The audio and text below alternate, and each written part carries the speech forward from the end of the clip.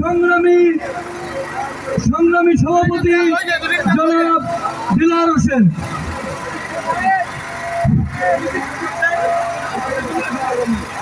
আমাদের মাঝে উপস্থিত হয়েছেন বাড়িপাড়া সদর ইউনিয়নের সহসভাপতি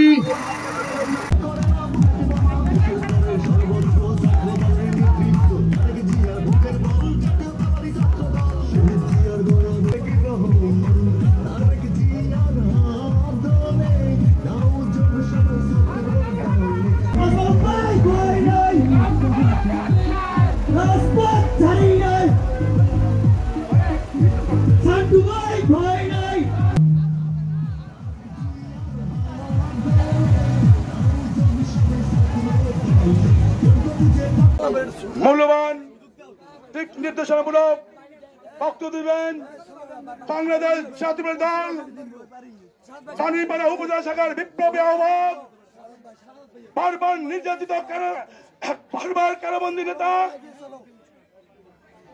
বারবার নির্বাচিত সফল চেয়ারম্যান, আমাদের সকলের শ্রদ্ধাবর্ত জনাব মোহাম্মদ শাহ আলম মিয়া।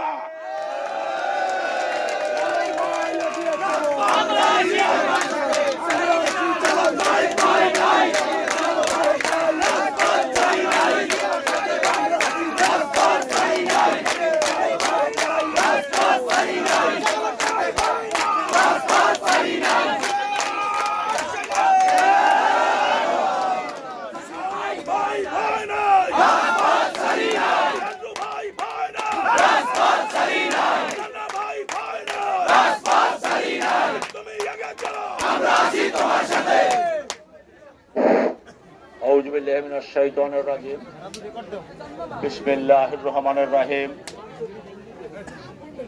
বাংলাদেশ জাতীয়তাবাদী দলের ৪৬তম প্রতিষ্ঠা বার্ষিকীতে আমি প্রথমে শ্রদ্ধা স্মরণ করছি যে লোকের জন্ম না হলে এই বাংলাদেশ স্বাধীন হতো না, যে লোকের জন্ম না হলে এই দেশে গণতন্ত্র প্রতিষ্ঠিত হতো না, যে লোকের জন্ম না হলে আমরা আমাদের মৌলিক অধিকার ফিরে পেতাম না।